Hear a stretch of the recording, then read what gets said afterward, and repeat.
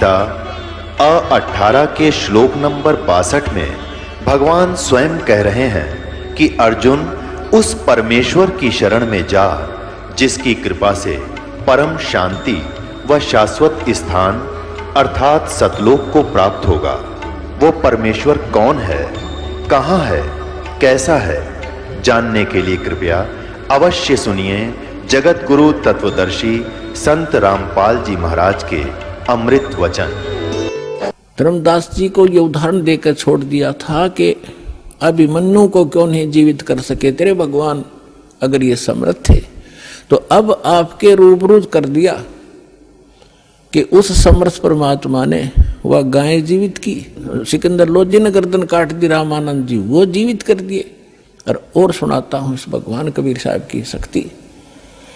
अब जब वो कबीर साहब से सिकंदर लोधी ने अर्ज किया कि हे भगवान, हे अल्लाह के रूप, आप दिल्ली चलो मेरे साथ, और वहाँ की जनता में भी यही आग फैल रही है, हिंदू और मुसलमानों की आपस में बहुत झगड़े रहते, मुझे भी चैन से नहीं रहने देते। आपके इतने निर्मल विचार हैं दाता, वो सारे एक हो जाएंगे, आप मेरे साथ चलो। परमात्मा बोले मैं ऐसे नहीं चलता, पहले मेरा शिष्य बन तब मैं जाऊंगा। कहने लगे जी बोलो क्या शिष्य बन गया मैं, मेरा तो जीवन ही नहीं था, आपने दान दिया है जीवन, मैं आपका शिष्य, आप मेरे मालिक हो। परमात्मा बोले सुन ले, कुछ नियम होते हैं शिष्य के, शराब मांस तमाकू छुआ नहीं का, और अपने राज्य में मुनादी कर देना, प्रतिबंध लगा देना, कोई जीवन ऐसा नहीं करेगा।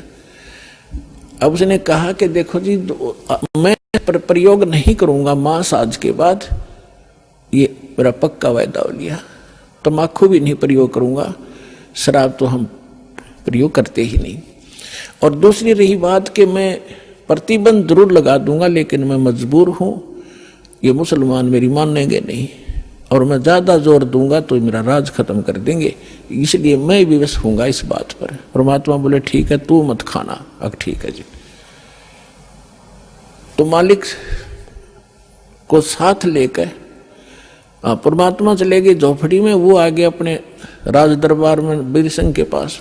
तो वहां शेख तकी नाम का जो गुरु था मुसलमान, उसको जाकर के राजा ने बताना ही था अपनी खुशी कि भाई आज मैं कमाल हो गया, मैं बिल्कुल स्वस्थ हो गया तकी, शेख तकी जी, हे पीर जी।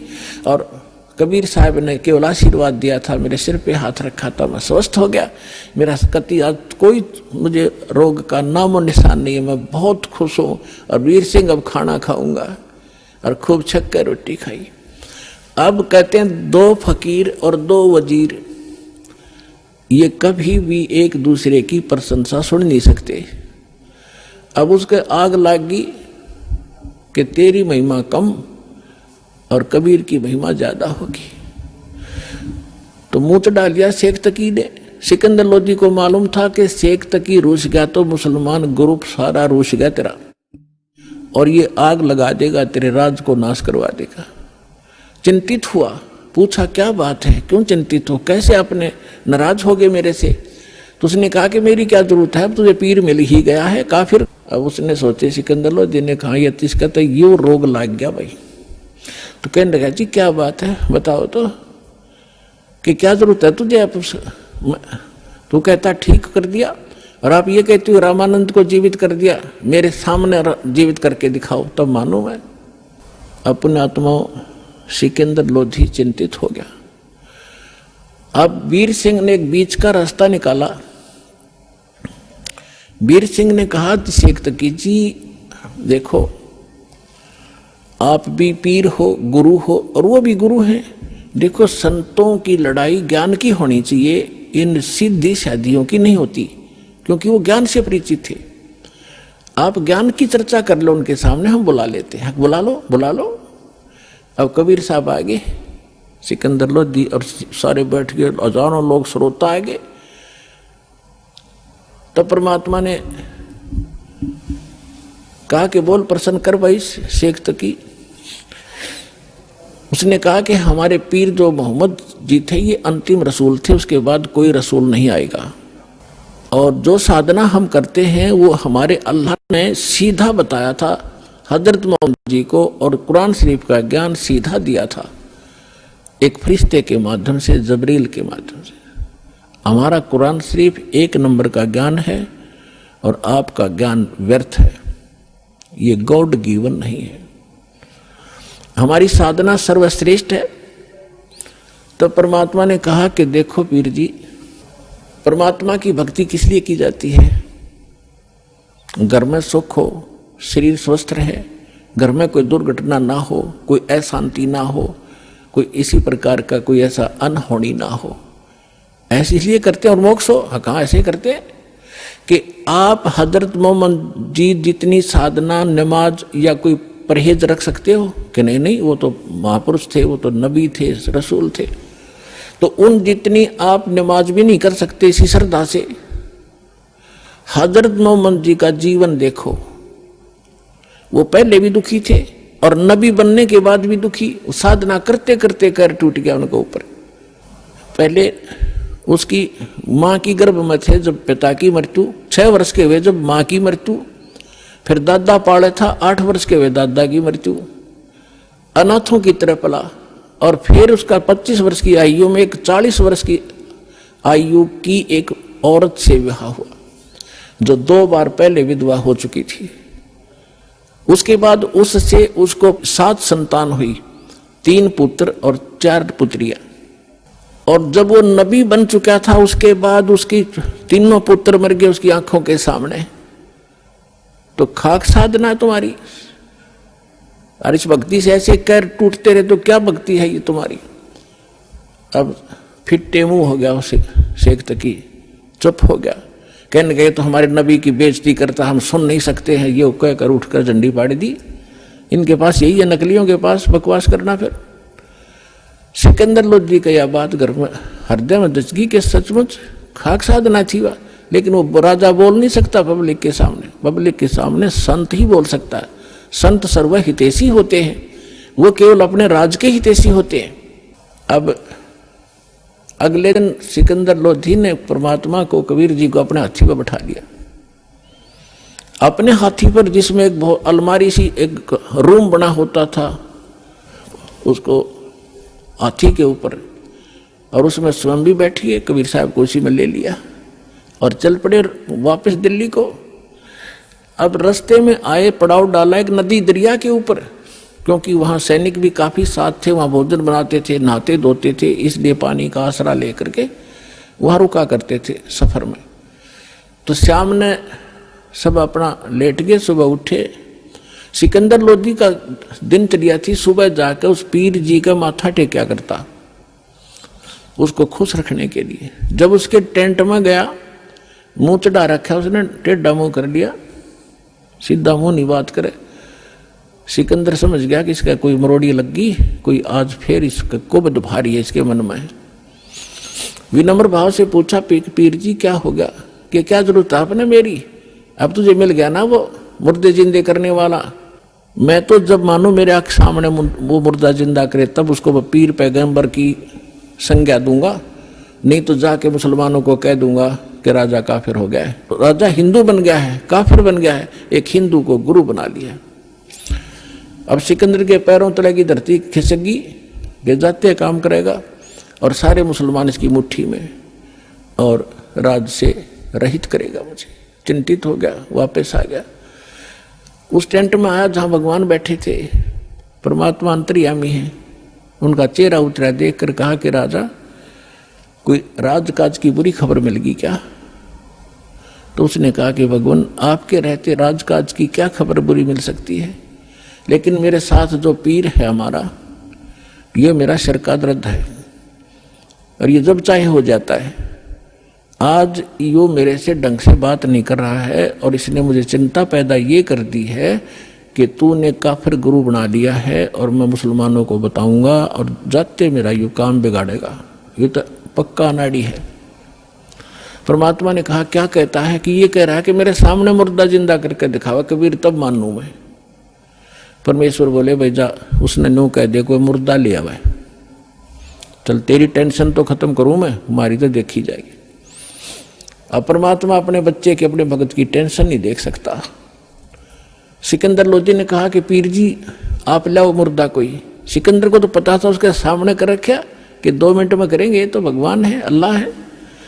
अब शेख तकी कहता है मैं कहाँ से लाऊं, कभी होगा जब इसका परीक्षा लूंगा। अब परमात्मा ने सोचे इतने सिकंदर मर लेगा, वहां तक पहुंचाएंगे, इतने हार्ट अटैक हो जाएगा, इतना चिंतित है। इतने में क्या देखा कि एक 13 वर्ष के बच्चे का शव दरिया में आ रहा है। और वो कैसे आया था कि उस बच्चे की आयु शेष नहीं थी, वो मर चुका था। कुछ कबीले ऐसे होते हैं जो जल पर, जो ना तो गाड़ते हैं, जमीन में नहीं दफनाते और न ही वो जलाते हैं, वो जल प्रवाह कर देते हैं, इस उद्देश्य से कि इसके मांस को जीव जंतु खा लेंगे समुद्र के, कुछ पुण्य मिलेगा। इस करके उसको एक फ्लोटिंग सा बना करके, एक घास फूस का तैरने वाला बेड़ा सा बना के उस पर लिटा देते हैं और ऐसे सत्कार से उसको बहा देते हैं। वो बहता हुआ आ रहा था। तब सैनिक स्नान कर रहे थे, उन्हें दूर से देखा कि वो आ गया मुर्दा, एक मुर्दा आ गया, मुर्दा आ गया। सबको पता चल गया था कहानी क्या है। तो सभी आकर इकट्ठे हो गए, कबीर साहब भी आ गए, सिकंदर उसको शेख तकी कोई बुला लाए। तब परमेश्वर ने कहा शेख तकी पहले तू जंतर मंत्र कर ले, कदे फिर नंबर बनावे और करके दिखा इसको जीवित। तो सभी और भी उपस्थित थे, उन्होंने कहा जी ठीक है, देखो जब दो के बीच में कोई होता है तो दोनों ने ही अपनी दिखानी चाहिए शक्ति। तो लगा फूफा करन, वो चला गया मुर्दा आगे, काफी दूर चला गया। तो शेख तकी कहता है कि ये अपने सिर से बला टालना चाहता था। मुर्दे जिंदे होते कभी, वो तो कयामत के समय मुर्दे जिंदे हुआ करते हैं, कयामत आओगी कभी, जैसा नर टाला रखा है। तो परमात्मा ने उस मुर्दा जो बहता जा रहा था डाउन स्ट्रीम में, जिधर पानी के बहाव में काफी 2-3 फरलांग चला गया था, 1000 गज के लगभग 1000 फुट की दूरी, तो वहां से मालिक ने ऐसे संकेत किया, मुर्दा वापस चल पड़ा। जैसे इंजन वाली किश्ती धारा के विपरीत बहकर फ्लोट होकर चलती है, और सामने आकर रुक गया, नीचे लहर चल रही है। तब परमात्मा ने कहा था कि हे आत्मा तू जहां भी है, कबीर हुक्म से वापस आ और इस मुर्दे में, इस बच्चे के शरीर में प्रवेश कर दोबारा और बाहर आ जा। बोलो सतगुरुदेव।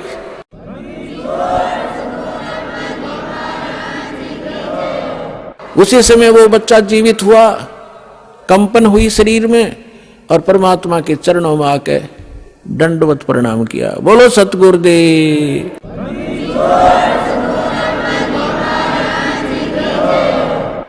सड़क जय जयकार होगी। सबने कहा कमाल कर दिया कबीर जी, कमाल कर दिया कबीर जी। परमात्मा ने उस बालक का नाम कमाल रख दिया। और उस बच्चे को कोई चेत नहीं, तू कौन है, कहाँ का है, उसको अपनी पिछली याद खत्म। तो परमात्मा ने उस बालक को अपने साथ रखा था। परमात्मा की अपनी कोई निजी संतान नहीं थी और ना ही परमात्मा कबीर जी ने कोई विवाह किया था, कोई स्त्री उनका नहीं थी। अब लंबी कहानी ना सुना करके आगे आपको बताता हूं कि शेख तकी ने एक और परीक्षा लेनी चाहिए। उसने कहा कि ये तो मुर्दा सदमे में था और सदमे वाला जीवित हो जाता है। जब जानो मेरी बेटी 10-12 काफी समय से, 1-2 महीने से कब्र में दबा रखी है, यदि मेरी लड़की को जीवित कर देगा मैं मान लूंगा कबीर इज गॉड, कबीर अल्लाह है, और नहीं तो ये भगवान नहीं है, फिर डंडोरा पीट दूंगा।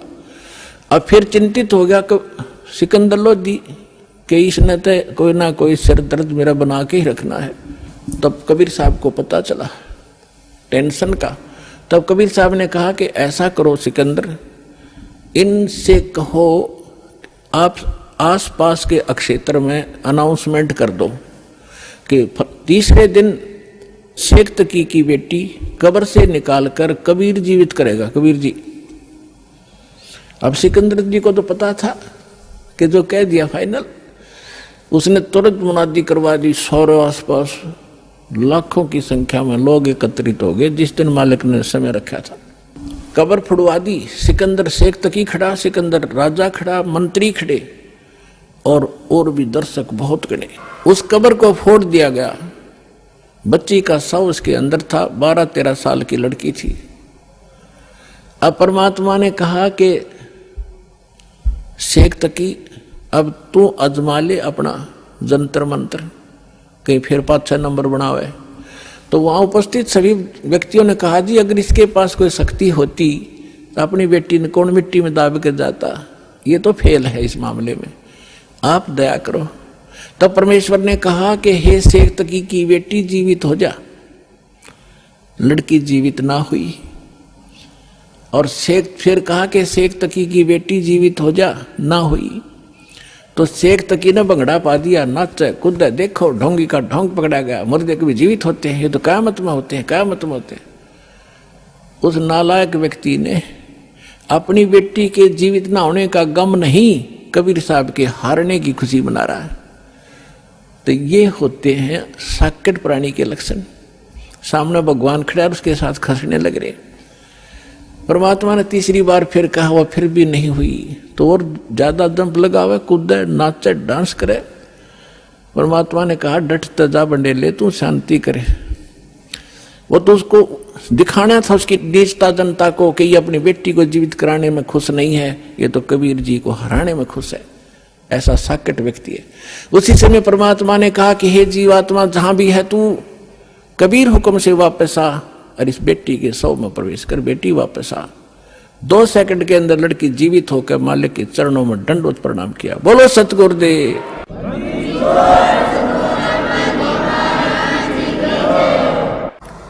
अब सबने कहा कि दाता कमाल कर दिया, मालिक कमाल कर दिया, परमात्मा। परमेश्वर ने कहा कि उसका नाम कमाली रख दिया परमेश्वर ने, और जा बेटी तेरे पिता के साथ ले जा शेख तकी। अब वो लड़की कहती है कि नहीं, आज मुझे अपने ओरिजिनल फादर का पता लग गया, ये तो नकली पिता था, मुझे माटी में डाल गया। आज मुझे अपने असली पिता का पता लग गया है। और 1.5 घंटे तक उस लड़की ने वहां कथा सुनाई, अपने पूर्व जन्म की कथा सुनाई। अपने आत्माओं, परमात्मा कहते हैं जो जन मेरी शरण है ताका हूं दास, गेल गेल लाग्या फिरूं जब तक धरती आकाश। अब ये पिछली पीढ़ी का समय अब चल रहा है, और जितने पुण्यात्मा श्रद्धा से नाम लेंगे ये तो पार होंगे ही होंगे। ये तो करोड़ों की संख्या में, लाखों अरबों की संख्या में पार होंगे।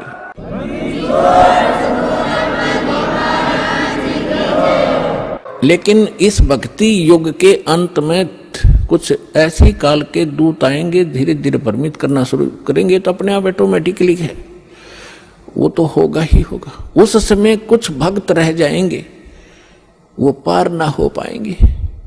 तो उनमें से यही आत्मा कमाली और कमाल की थी। तो परमात्मा, उस लड़की ने अपने पूर्व जन्म की कथा सुनाई। पहले भी ये मुसलमान घर में जन्मी थी, ये अपने पिता के घर पर थी, और श्रद्धा पिछली भक्ति की इतनी गजब की थी, बहुत कनी। और वहां परमात्मा, जब ये लड़की चारा लेने के लिए पशुओं का खेतों में गई हुई थी, वहां भगवान मिले थे कबीर जी जिंदा महात्मा के रूप में, एक कुएं पर बैठे थे। तो वहां लड़की ने भी अपना जो चारा लाकर था उस वृक्ष के नीचे रखा। उस समय विश्राम करने के लिए साधु मिल गए, पीर जी खड़े दिखे तो उनसे प्रणाम किया। परमात्मा ने काफी उसको ज्ञान दिया, बेटा भक्ति करनी चाहिए। वो कहती जी भक्ति करती हूँ, ईद बकरीद मनाते हैं, नमाज करती हूँ, ऐसे करती हूँ। परमात्मा ने सारा ज्ञान समझा, बेटी ये ईद और बकरीद मनाना, मांस खाना, ये महापाप है, ये नहीं खाना चाहिए। कोई आपको काट कर खावे कैसा लगे? लड़की स्तब्ध हुई। बच्चे का जल्दी घर करती है ये ज्ञान, अज्ञान भी ज्ञान भी, बुराई भी और अच्छाई बच्चा जल्दी से ग्रहण करता है, जैसा उसको माहौल मिलता है। काफी ज्ञान सुनाया, बेटी ये भक्ति नहीं, भक्ति अलग से हट के इसकी। अब सामने देखा कि भी मुसलमान ही है, ये बता रहा है, तो बच्ची के बात समझ में आ गई। कहने के भगवान फिर क्या करूं कि बेटी जो मैं साधना बताऊं ये करना, और ये 2 दिन का जीवन है, असंग जन्म हो गया, जन्म तेर मृत्यों को मैं ऐसी साधना बताऊंगा ये पीछा छूट जाएगा। लड़की ने क्या नाम ले लिया, और बेटी मांस नहीं खाएगी? अगर नहीं खाऊंगी महाराज, कत्ती नहीं खाऊंगी, कोई कंपलसरी नहीं मांस खाना, खाओ तो खाओ, मैं नहीं खाऊंगी।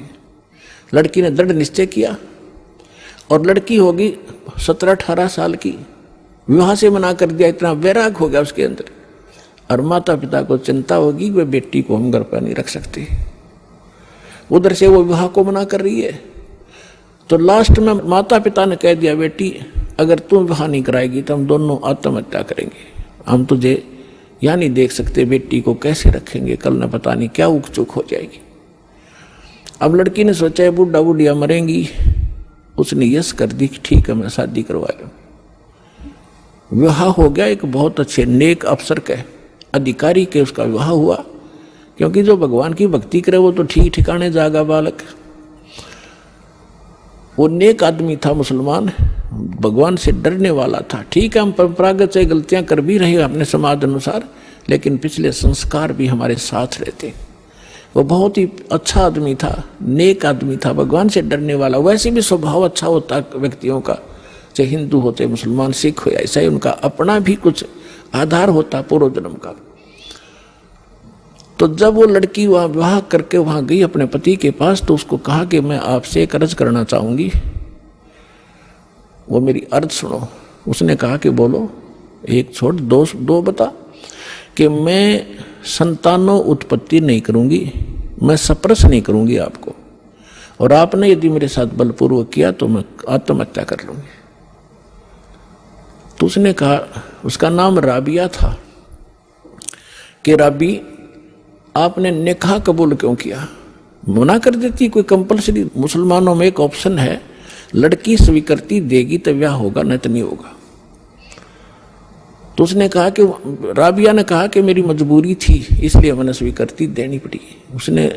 उसके पति ने पूछा कि मजबूरी क्या थी तेरी?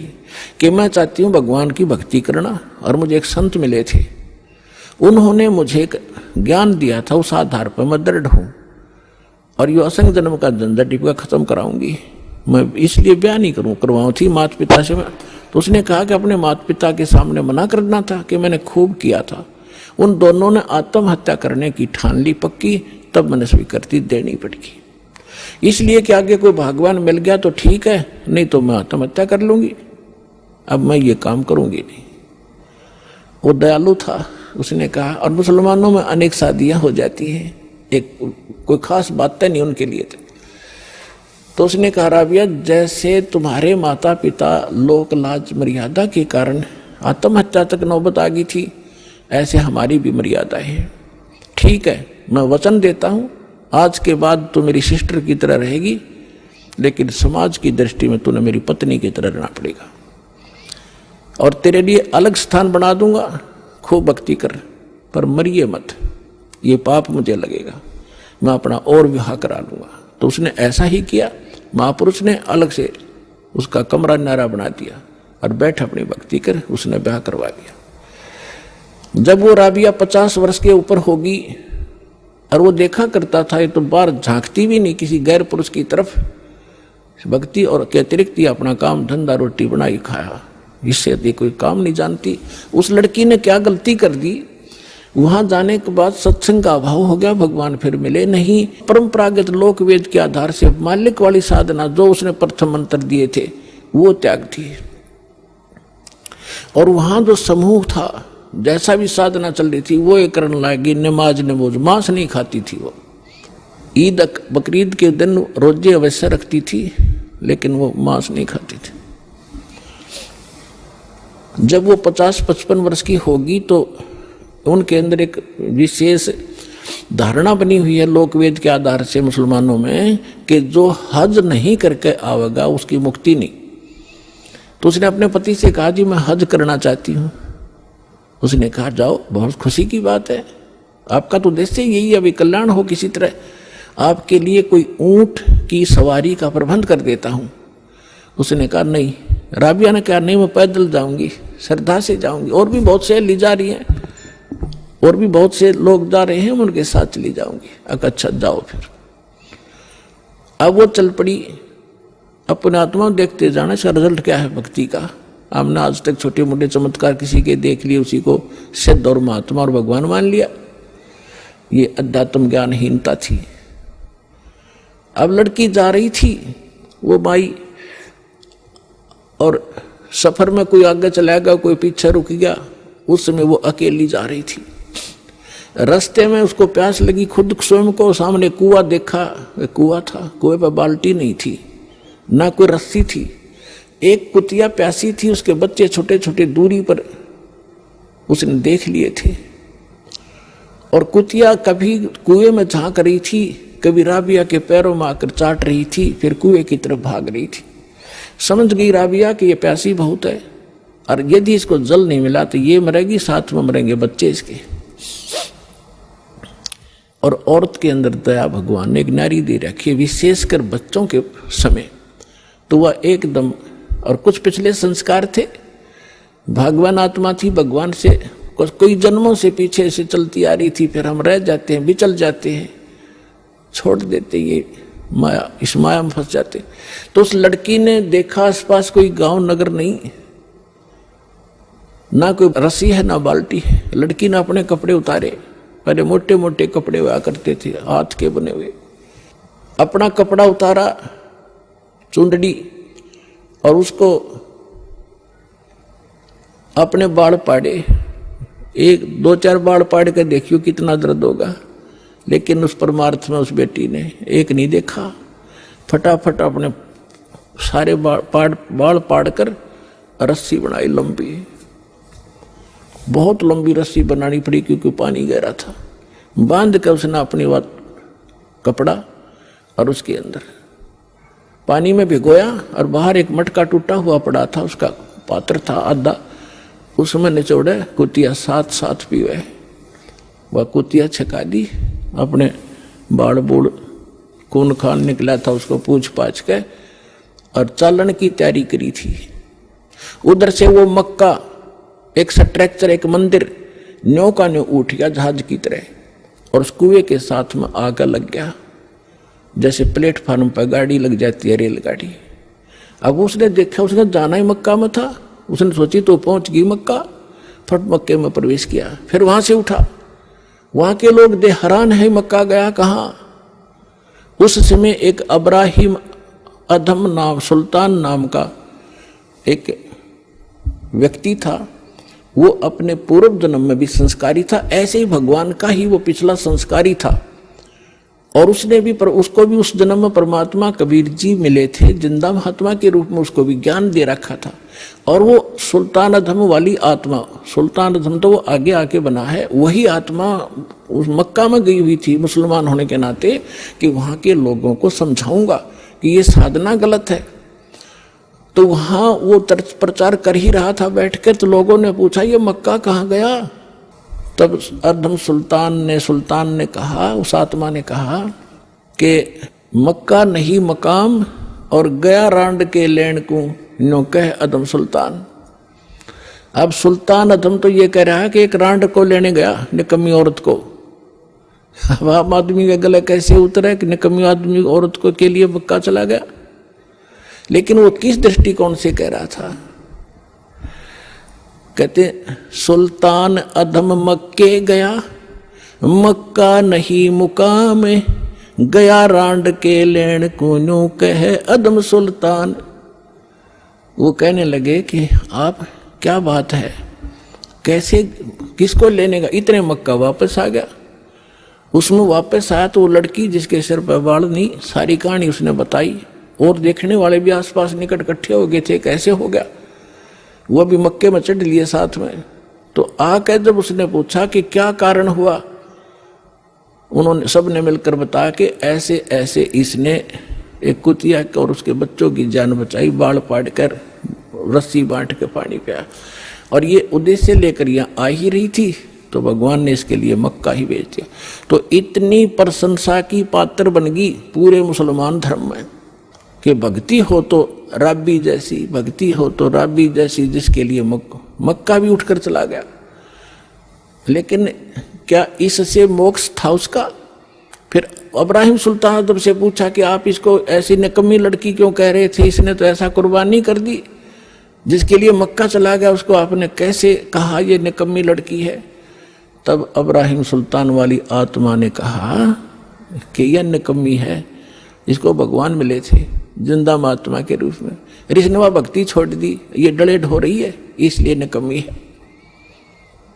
उसके बाद राबी ने बताया कि फिर मेरा जन्म वो मृत्यु होगी, वहां मेरी प्रशंसा हो रही है, अगला जन्म मेरा एक बांसुरी का हो गया।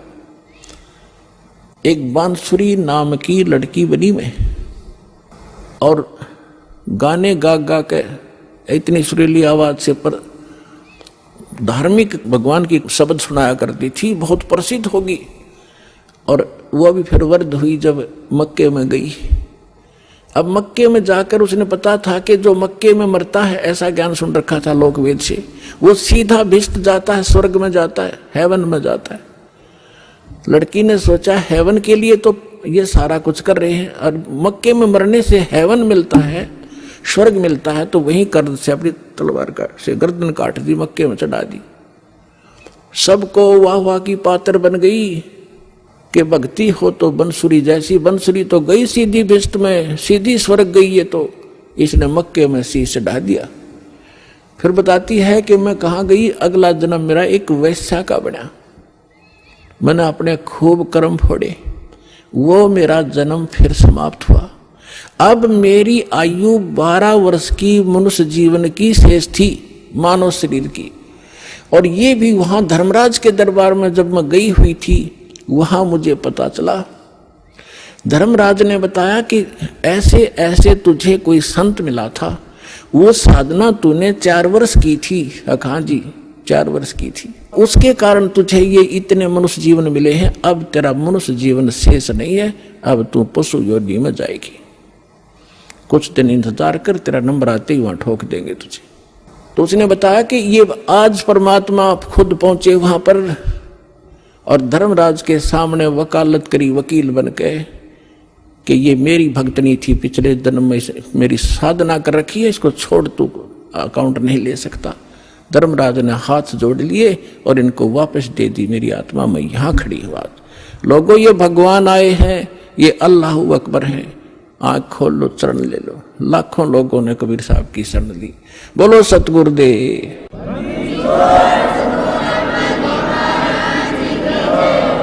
और उस लड़की ने कहा मैं आज से अपने पिता के साथ रहूंगी, मेरा जीवन शेष नहीं था। आज इस दाता ने मेरे को मनुष्य जीवन अपनी शक्ति से एक्सटेंड किया है। समर्थ का शरणाग हो, रंग होरी हो, भाई कदे न हो काज, राम रंग होरी हो। ऋग्वेद मंडल नंबर 10 सूक्त 161 मंत्र 2 कबीर साहब के ऊपर खरा उतरता है तो who is God, Kabir is God. और कितनी कथा सुनाऊं आपको इस समर्थ भगवान की। और कृष्ण जी की हम एक कथा गाया करते थे, उसने सुन सुन के भगवान मान लिया। तो कबीर साहब समझाया करते थे, कबीर साहब कहा करते थे, बंधन काटे विपत में, कठिन कियो संग्राम, चिन्नो रे नर प्राणिया, वो गरुड़ बड़ो के राम। परमात्मा समझाया करते थे उसमें कि तुम श्री राम को भगवान बताते हो, और जो तुम्हारी कथा में है रामायण में कि श्री रामचंद्र जी को, रामचंद्र जी के ऊपर पूरी सेना के ऊपर नाग फांस का एक हथियार छोड़ दिया था। सारी की सारी सेना नाग फांस में आ गई थी, यानी इतने सर्प हो गए थे, सभी सेना को ऐसे हाथों से और चारों तरफ लपेट के बांध दिया था, इंक्लूडिंग लक्ष्मण एंड श्री राम। और ऐसे खड़े थे, ऐसा है हुए सारे, जैसे ईंख बांध दिया करें। और सारी सेना खड़ी खड़ी देखा कि काटेंगे ये सारे राक्षस हमें। तब न्यू कहे हैं कि गरुड़ से पुकार करी गई। गरुड़ वो पक्षी जो श्री रामचंद्र विष्णु जी का वाहन बताते हैं। गरुड़ आए, गरुड़ ने फिर उनके नाग काटे, सारे नाग मार दिए। जब भगवान श्री राम बंधन मुक्त हुए, परमात्मा कहे फिर बंदी छोड़ कौन होया? गरुड़ हो गया, तेरे राम का भी बंदी छोड़। काटे बंधन विपत में वो कठिन कियो संग्राम, चिन्नो रे नर प्राणिया ये गरुड़ बड़ो के राम। एक गोवर्धन पर्वत को उठा लिया श्री कृष्ण जी ने, तुमने भगवान मान लिया। गोवर्धन श्री कृष्ण धारो द्रोणगिरी हनुमंते, शेष नाग सब सृष्टि उठारा इनमें कौन भगवंते। क्या एक पहाड़ को उठाने मात्र से भगवान की संज्ञा में ले लिया, समर्थ मान लिया तुमने? तो तुम्हारी कथा तुम लोकवेद सुनाते रहते हो कि शेष नाग ने सारे ब्रह्मांडों को सिर पर रख रखा है, फिर और हनुमान जी ने द्रोणागिरी उठा लिया था, इनमें कौन सा भगवान? ये भगवान की पहचान नहीं, जो तुमने पैमाना ला रखा है ये भगवान मापन का नहीं है। फिर कहते हैं समुद्र पाट लंका गयो यो सीता को भरतार, अगस्त ऋषि ने ये सातों पी लिए इनमें कौन करतार। ओए होए, ऐसे सटीक प्रमाण दे रखे भगवान ने, फिर भी हमारी आंखें नहीं खुली, क्योंकि हमारी बुद्धि काल के प्रभाव से इतनी दबी हुई थी।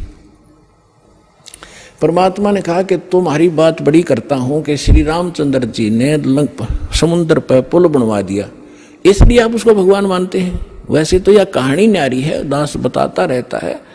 ये खुद भगवान कबीर साहब गए थे एक महात्मा मुनिंदर के रूप में, और इनकी अर्ज पर एक पत्थर को, एक पहाड़ को हल्का कर दिया था, चारों तरफ रेखा खींच दी थी कि ये फ्लोटिंग हो गया है, अरे ले जाओ पुल बांध लो। श्री राम के बस का ना था समुद्र पर पुल बनाना।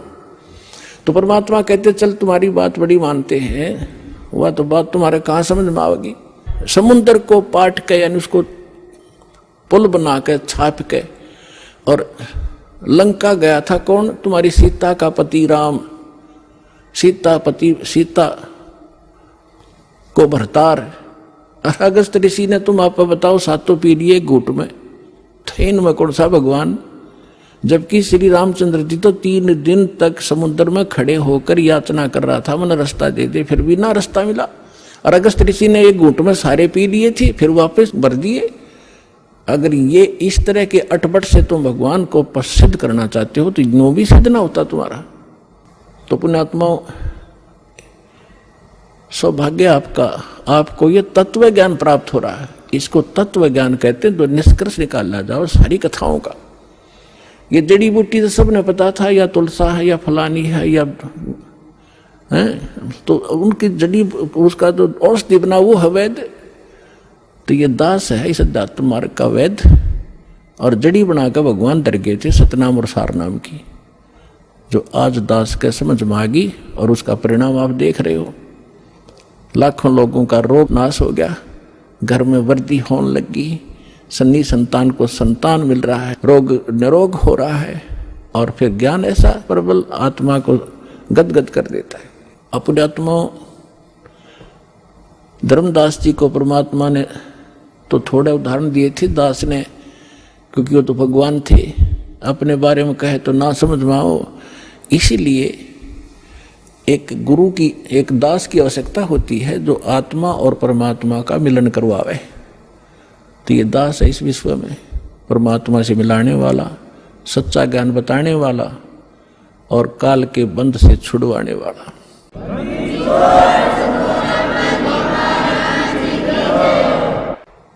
अब दूसरा प्रसंग था धर्मदास जी का कि भगवान श्री कृष्ण ने सुदामा जी के 2 मुट्ठी चावल खा के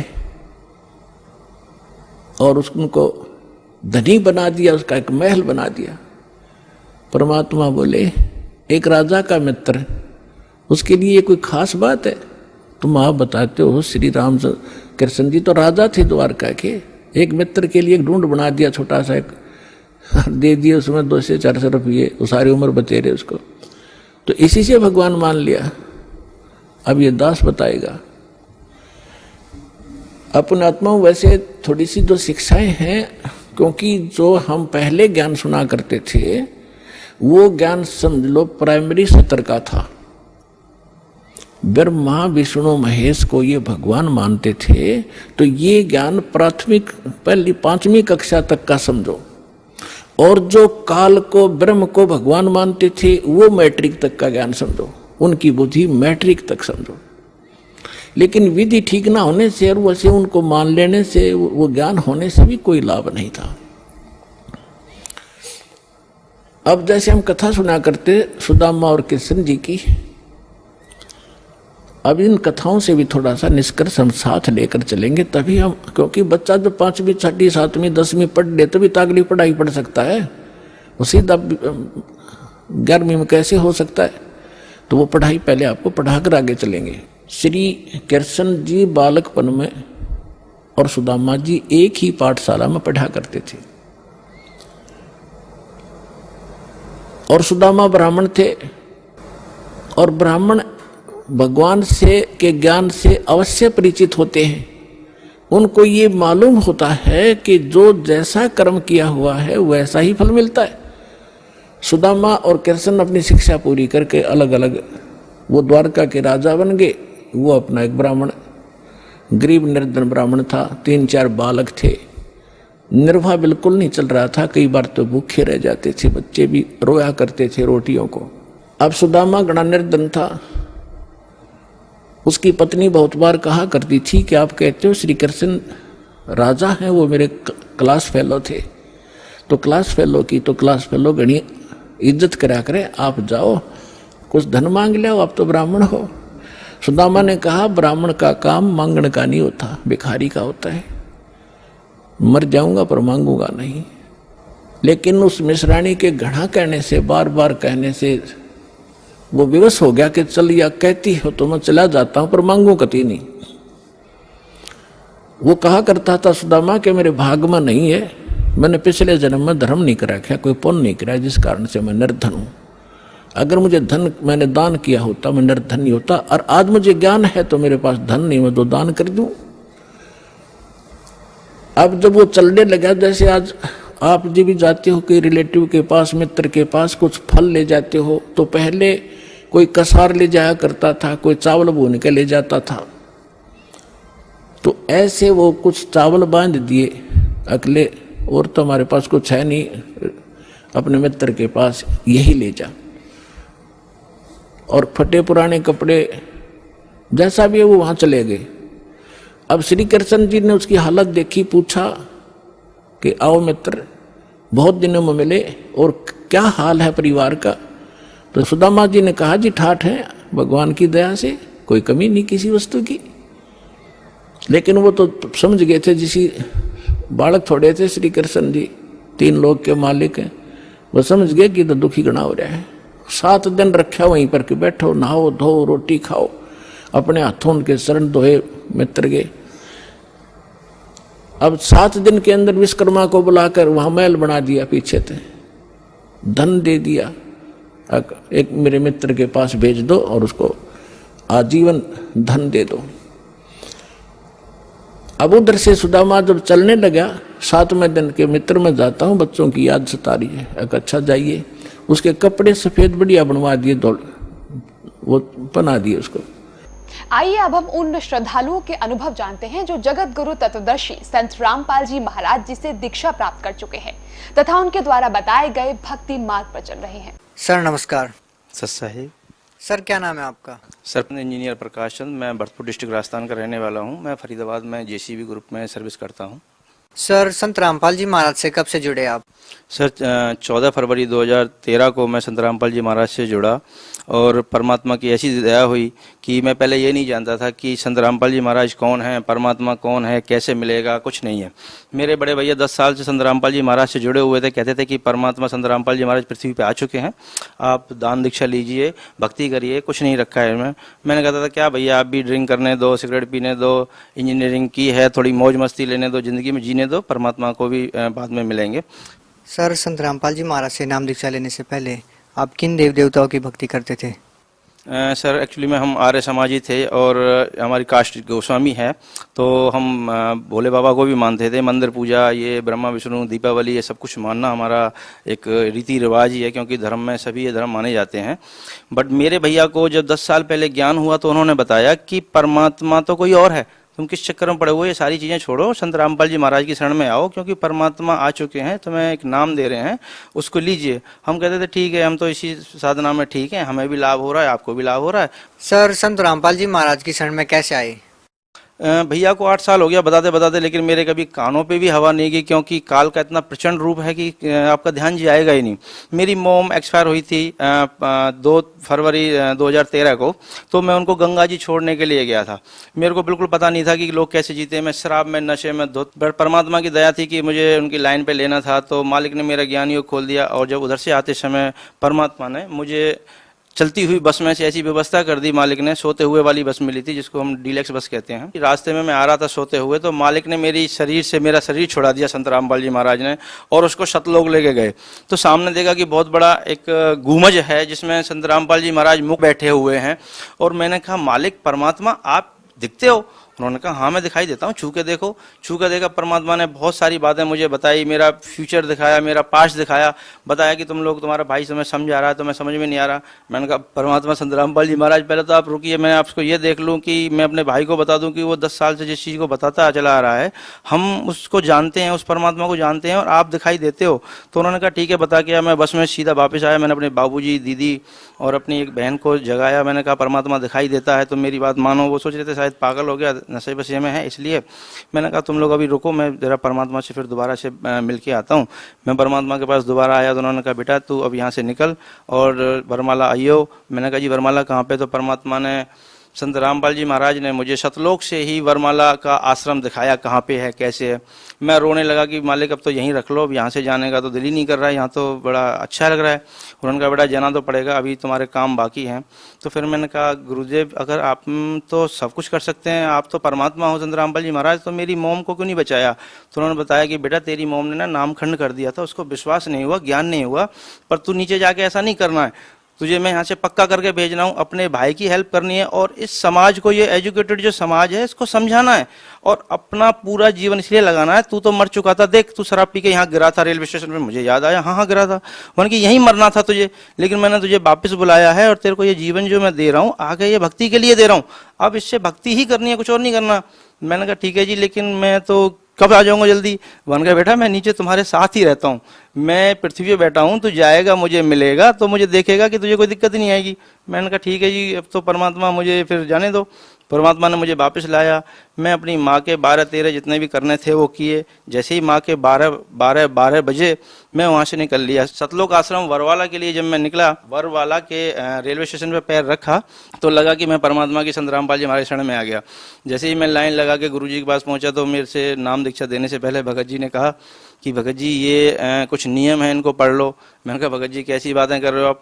संत रामपाल जी महाराज परमात्मा से मिलने के लिए अगर 1 लाख नियम भी होते तो मुझे मंजूर है, ये तो छोटे मोटे नियम है, शराब छोड़ दो, गुटखा छोड़ दो, मांस छोड़ दो और ये देना लेना छोड़ दो, ये तो सारे नियम समाज को बिगाड़ने वाले हैं। अच्छे नियम जो हैं वो परमात्मा के पास हैं और मुझे संत रामपाल जी महाराज से नाम दीक्षा ही लेने के लिए मैं इतनी दूर से आया हूँ।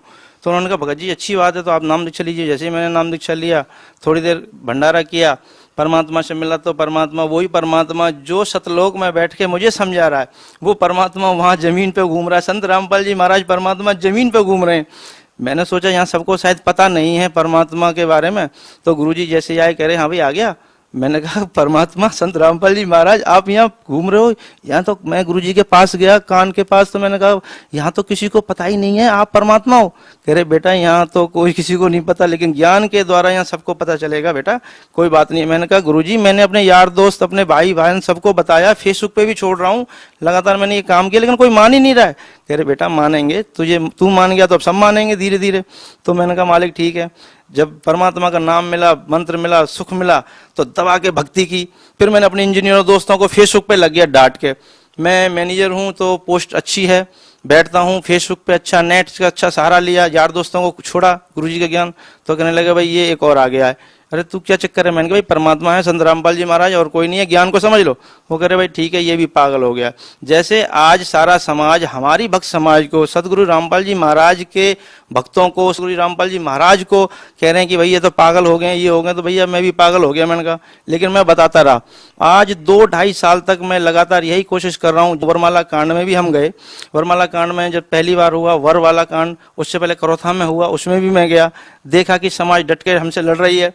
हमने भी ज्ञान के जोर पे डट के उनका मुकाबला किया कि ज्ञान का जवाब तो ज्ञान से ही देंगे। अब संत गुरु रामपाल जी महाराज ने ऐसी भक्ति दे दी, ऐसी भक्ति दे दी कि हर मंत्र में 14 लोग कमाए जा रहे हैं। अगर भक्त समाज को आना है तो आइए। मेरी फैमिली में जुड़ के मैंने अच्छे समाज को, अपने इंजीनियरों को लगाया, जैसे हमारे सत्येंद्र यादव जी, इनको मैंने समझाया कि परमात्मा संत रामपाल जी महाराज आ चुके हैं, भक्ति ले लो, मगर ये अभी तो ड्रिंक व्रिंक करने दो, मौज मस्ती लेके उसके बाद में ही आएंगे। जैसे ही मैंने कहा चलो कोई बात नहीं, तो मैं घुमाने के लिए ले चलता हूँ पार्क में, चलो। संत रामपाल जी महाराज के आश्रम में जब मैं ले गया, इन्होंने वहाँ देखा, ज्ञान को समझा, भंडारा किया। तो पहले तो ये नाम दीक्षा लेने से पहले एकदम बिगड़ गए कि नहीं मुझे नहीं लेना, यहाँ तो नियम कठिन है। लेकिन जैसे ही नाम दीक्षा ली, इनके समझ में आया ज्ञान। आज ये खुद लोगों को समझाते हैं कि हमें भी नाम दीक्षा लेनी चाहिए, लोगों को समझाते हैं, अपने माता पिता को समझा रहे हैं, पड़ोसियों को समझा रहे हैं। और जैसे कि एजुकेटेड हैं तो अपनी समाज को भी सुधारने के लिए लगे हुए हैं। सर क्या नाम है आप? मेरा नाम सत्येंद्र यादव है सर। सर प्रकाश चंद्र जी ने संत रामपाल जी महाराज के बारे में जो भी बातें आपको बताई, कैसी लगी आपको? संत रामपाल जी महाराज की शरण में कैसे आए? सर संत रामपाल गुरु महाराज की बातें मुझे बहुत अच्छी लगी सर। लेकिन जब मैं बरवाला गया था तो फर्स्ट बार मैंने नाम उद्देश्य नहीं लिया, क्योंकि मुझे अजीब सा लग रहा था सर। क्योंकि मैं दोस्तों के साथ में रहता था, हॉस्टल में रहता था, पढ़ाई करते थे, लेकिन उस लाइफ में प्लस उस लाइफ में बहुत डिफरेंट था सर। फिर बाद में दोबारा मुझे ले गए कहीं, फिर उसके बाद फिर मैं दोबारा गया तो मुझे अच्छा लगा, मैंने नाम उद्देश्य ले लिया सर। सर आज संत रामपाल जी महाराज के बारे में आपके क्या विचार हैं? सर संत रामपाल गुरु महाराज जी बहुत अच्छे हैं सर, और फ्यूचर में यही कहूँगा सभी लोग नाम उद्देश्य लें और गुरु जी महाराज की। सर संत रामपाल जी महाराज से नाम दीक्षा लेने के बाद आपको क्या लाभ हुआ? सर संत रामपाल जी महाराज से नाम दीक्षा लेने के बाद क्या, सबसे पहले तो परमात्मा ही मिल गए। जो मानव समाज पूरा ढूंढ रहा है परमात्मा को, वो संत रामपाल जी महाराज हिसार में बैठे हैं। सब लोग कहते हैं कि संत रामपाल जी महाराज जेल में है, और मैं कह रहा हूँ कि संत रामपाल जी महाराज के अंडर में जेल है। तो लोगों को ये लग रहा है कि फायदे क्या है, फायदा नहीं लेना, भक्ति करनी, डट के भक्ति कर लो। गुरुजी बताते हैं, मैंने भी गुरुजी से कहा था, गुरुजी मुझे चरण सेवा दे दो। परमात्मा वहाँ आपने एक हाथ ही हाथ लगने दिया था, पार नहीं लगने दिया। गुरुजी ने कहा बेटा अभी रुक जा, चरण सेवा नहीं भक्ति कर ले। गुरुजी ने 3-4 बार चरण सेवा दी, सारे काम सजाए। संत रामपाल जी महाराज ने मेरे पिताजी को लाइन पे लगा दिया। संत रामपाल जी महाराज ने नौकरी चाकरी और ये धन दौलत ये तो ऐसे दे देते हैं गुरुजी की बस ले जा, कितना चाहिए ले जा। मैंने कभी इच्छा भी नहीं की कि गुरुजी मेरे को ये चाहिए, लेकिन गुरुजी ने गाड़ी घोड़ा मकान धन दौलत, मेरे भाई को सेवा, ये सब कुछ ये तो फ्री। मैं कहता हूँ संत रामपाल जी महाराज इज गॉड, और उनकी शरण में मानव समाज को आना ही पड़ेगा। सर संत रामपाल जी महाराज ऐसी कौन सी बातें बताते हैं जो और अन्य धर्मगुरु नहीं बताते? सच्चा ज्ञान, जो कि 600 वर्ष पहले कबीर साहब ने दिया था कि मैं ये हूँ, मंदिर मस्जिद में नहीं हूँ, मैं परमात्मा हूँ। दूसरा, परमात्मा ने वेद कुरान बाइबल 18 पुराण भगवत गीता सारी खोल के दिखा दी कि परमात्मा कौन है, हु इज गॉड, परमात्मा ने बता दिया। तो मुझे जब भी गुरुजी कभी भी दिखाई देते हैं, सामने आते हैं, परमात्मा ही दिखाई देते हैं। मुझे कभी लगा ही नहीं कि संत रामपाल जी महाराज एक इंसान हैं या गुरु हैं। 100% जिस दिन आपको ज्ञान हो गया संत रामपाल जी महाराज इज गॉड, आपके एक बार समझ में आ गया, फिर आपको 24 घंटे, घंटे में 48 सेकंड, जितनी भी जो भी टाइम आना है, आपको संत रामपाल जी महाराज हर जगह दिखाई देंगे। लोग कहते हैं परमात्मा दिखाई देता है, मैं कहता हूँ परमात्मा हर जगह दिखाई देता है। परमात्मा के कुछ मैं आपको फायदे भी बताना चाहता हूँ। जैसे कि कहते हैं कि परमात्मा को ऐसे मान लो, मैं और हमारे स्वतंत्र इंजीनियर जी एक दिन बाइक पे थे। जब हम बाइक पे थे तो हमारे दोनों ट्रकों के बीच में से एकदम हमारी गाड़ी फंस गई थी। हमने गाड़ी को छोटे हुए देखा। एक बार गाड़ी में ब्रेक नहीं थे, सामने से गाड़ी आई तो गाड़ी में एकदम ब्रेक लग चुके थे। मेरे साथ तो कितनी बार हुआ है, मैं एक बार एक ट्रैक्टर के बीच में से पार हो गया अपनी 4 व्हीलर गाड़ी लेके। मैंने वापस में देखा तो ट्रैक्टर नहीं तो मोटरसाइकिल। तो ये तो छोटी मोटी चीज़ है। परमात्मा को बचाना, ब्रह्मांड बनाना, दोबारा से बिगाड़ देना, एजटी मुझे मार देना, दोबारा से जिंदा कर लेना, ये संत रामपाल जी महाराज के लिए एक छोटी सी चीज है। ये तो परमात्मा ने एक वाल के बराबर समझा। संत रामपाल जी महाराज को जब तक एजुकेटेड समाज नहीं समझेगा कि हु इज गॉड, तब तक भारत समाज ऐसा ही घूमता रहेगा। लेकिन परमात्मा ने पूरा 100% पहले ही बोला हुआ है कि 2020 के बाद सतयुग जैसा माहौल होगा, कोई प्रॉब्लम नहीं। मेरे सारे दोस्त पढ़े लिखे इंजीनियर, यहाँ तक कि मैं जब बाहर जाता हूँ, कभी किसी फैक्ट्री में जाता हूँ, मीटिंग्स करता हूँ, ट्रेनिंग्स देता हूँ, तो मैं कहता हूँ भाई हु इज गॉड, परमात्मा संत रामपाल जी महाराज मान लो। लोग कहते हैं भाई हम कैसे मान लें। अब आज नहीं मानोगे, 2020 के बाद मानोगे। मानना आपको यही है कि संत रामपाल जी महाराज इज गॉड। और कैसे गॉड हैं आपको ये जानना है तो आप सत्संग देखिए, बुक्स पढ़िए जो कि ज्ञान गंगा के नाम से है, या किसी भगत के अटैच में आ जाइए। संत रामपाल जी महाराज जी के शिष्य ज्ञान गंगा पुस्तक के बारे में बहुत महिमा सुनाते हैं। सर, जो श्रद्धालु ज्ञान गंगा पुस्तक लेना चाहते हैं वो कैसे प्राप्त कर सकते हैं? परमात्मा ने 50 रुपए में किताब बनाई है और 10 रुपए की बेचते हैं। वो भी इसलिए क्योंकि ज्ञान गंगा कुछ लोग खरीद के कहीं गलत जगह पे रख दी थी, इसलिए गुरुजी ने 10 रुपए का उसका मूल्य रखा है। क्योंकि जो आदमी इंटरेस्ट लेगा वो 10 रुपए में कम से कम उस बुक को पढ़ने के लिए खरीदेगा। और यदि फ्री में मंगवाना चाहें तो? अगर फ्री में मंगवाना चाहें तो आप जहां भी सत्संग देख रहे हैं उस पर नीचे लाइन चलेगी, उस पर लिखा हुआ इस नंबर पे फोन करें, आपके घर बुक पहुंच जाएगी। या मेरा नंबर है 9540753435। आप इस नंबर पे कॉल कर सकते हैं। आप अगर पाकिस्तान के बीच में भी बैठे हैं या हिंदुस्तान के किसी वर्ल्ड के किसी भी कोने में हैं तो मैं परमात्मा से इच्छा करूंगा कि वहां मुझे भेजें और मैं आपको वो किताब देके आऊं, जिससे कि मेरा पुण्य कमे और मैं परमात्मा के पास जल्दी से जल्दी चला जाऊं। मैं मालिक के पास जाना चाहता हूं, जल्दी से जल्दी जाना चाहता हूं। मैं इस ब्रह्मांड के अंदर नहीं रहना चाहता, क्योंकि यहाँ कुछ नहीं है। आपने अगर सुख भोगना है, परमात्मा की शरण में आना है, अपने बीवी बच्चों को सुरक्षा देना है या धन प्राप्त करना है, ये छोटी मोटी चीजें अगर चाहिए तो आप आइए, आशीर्वाद लीजिए, हो जाएगा। धीरे धीरे जब आपको ज्ञान होगा तो आपको समझ में आएगा कि मोक्ष ही सबसे बड़ी चीज है, परमात्मा को प्राप्ति करना ही सबसे बड़ी चीज है। जब से गुरुजी गए हैं हमें छोड़ के, मैंने सतलोक जाने का जो निर्णय था एकदम पहले ज्यादा कि सतलोक जाऊंगा, वो कम हो गया। अब हिसार जाना या गुरुजी की तारीख पे जाना वो मेरे लिए ज्यादा हो गया, क्योंकि जब मैं वहां जाता हूं तो मुझे ऐसा लगता है कि मैं आज भी आश्रम में ही जा रहा हूं, मैं परमात्मा से मिलने ही जा रहा हूं। चाहे गुरुजी की गाड़ी दिख जाए, दंडवत प्रणाम कर दिया तो भी हमारी एकदम आत्मा तृप्त हो गई है।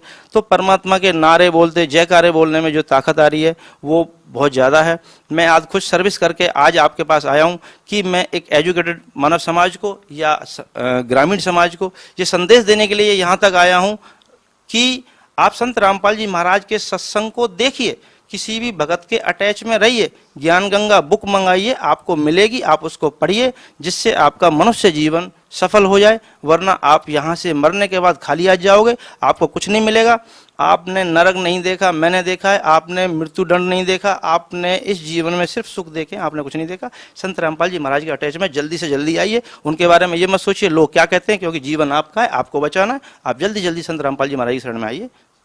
सर, लोगों के सामने सबसे जटिल प्रश्न ये है कि भगत समाज कैसे निर्णय करे कि संत रामपाल जी महाराज जी पूर्ण गुरु है या अन्य? हर माँ बाप अपने बच्चे को ज्ञान सिखाने के लिए एजुकेटेड करते हैं, क्योंकि वो बुराई और भलाई को सीख जाए। ऐसे ही परमात्मा ने भी ज्ञान को उत्तम रखा है। जब तक आप ज्ञान नहीं समझ पाओगे आपको पता नहीं चलेगा नकली नोट कौन सा है, असली नोट कौन सा है। तो आप जब तक संत रामपाल जी महाराज का सत्संग नहीं सुनेंगे तब तक आपको समझ में नहीं आएगा कि कौन गुरु सच्चा है, कौन गुरु सच्चा नहीं है। जिस दिन आपको संत रामपाल जी महाराज का ज्ञान हो गया उस दिन आपको पूरे ब्रह्मांड में, इस संसार की बात अलग है, पूरे 21 ब्रह्मांड में ब्रह्मा विष्णु महेश को भी आप ज्ञानी हैं अज्ञानी हैं ये आपको पता चल जाएगा। सर, आपको पूर्ण विश्वास है कि जो भक्ति संत रामपाल जी महाराज आपको दे रहे हैं वो सही है? अगर ज्ञान से बताऊं तो मैंने गुरु नानक साहब की वाणी को पढ़ लिया और गीता में जो लिखा है उसको जान लिया, कुरान के वेद के बारे में, क्योंकि मैं आर्य समाजी हूं तो मुझे पता ही है। और बाद में मुझे पता चला गुरुजी के ज्ञान के देने के बाद में, बट मैं कहता हूं कि परमात्मा ही संत रामपाल जी महाराज, और जो भक्ति परमात्मा दे रहे हैं उससे आप 100% आपको सुख मिलेगा, 100% आप सतलोक जाएंगे, 100% संत रामपाल जी महाराज इज गॉड। सर, जो श्रद्धालु आज भी संत रामपाल जी महाराज से जुड़ना चाहते हैं वो संत रामपाल जी महाराज से कैसे नाम दीक्षा लें? संत रामपाल जी महाराज तो अभी जेल में है। भगत जी, मैं आपको पहले ये बता दूं कि संत रामपाल जी महाराज जेल में हैं ये कहना तो गलत है, क्योंकि संत रामपाल जी महाराज हर जगह हैं। आप मेरे से पूछिए कि संत रामपाल जी महाराज कहाँ हैं, मैं कह रहा हूँ कि मेरे सामने संत रामपाल जी महाराज खड़े हुए हैं। मैं आपको कैसे बताऊं? मैं उन भक्तों से, उन माताओं से, उन बहनों से ये कहना चाहता हूँ, परमात्मा के शब्द में शक्ति है। संत रामपाल जी महाराज ने आशीर्वाद दे दिया है। परमात्मा ने जगह जगह सेंटर खुलवा दिए हैं, पलवल में, दिल्ली में, राजस्थान में, यूपी में। आप जल्दी से जल्दी संत रामपाल जी महाराज के किसी भी सेंटर पे जाइए, वहाँ लैपटॉप पे, कंप्यूटर पे जैसे भी आपको संत रामपाल जी महाराज से नाम उपदेश मिले, नियमों को मत देखिए, नियमों सिर्फ समाज को सुधारने के लिए हैं। आप नियमों को पढ़ के संत रामपाल जी महाराज से नाम दीक्षा दीजिए और डट के भक्ति करना शुरू कर दें। यही मैं समाज से चाहता हूँ। सर बहुत बहुत धन्यवाद आपका। सत्साई।